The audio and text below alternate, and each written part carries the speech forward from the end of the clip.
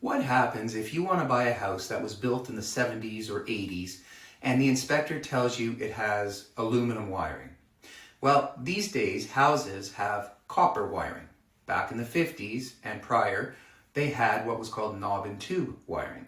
But if you're looking at buying a house that was originally built in the 70s or 80s, it most likely has aluminum wiring.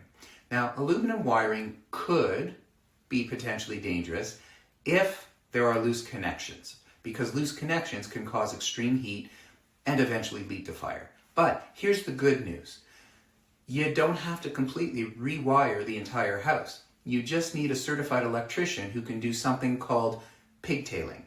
It's not a huge cost, but it will definitely protect your home while saving you unnecessary expenses and still making it safe to buy that house that you really want to buy.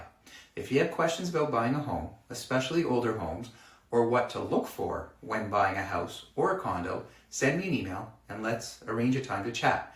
I'll answer all of your questions for you. Mike at schusterrealestate.com. Thanks for watching.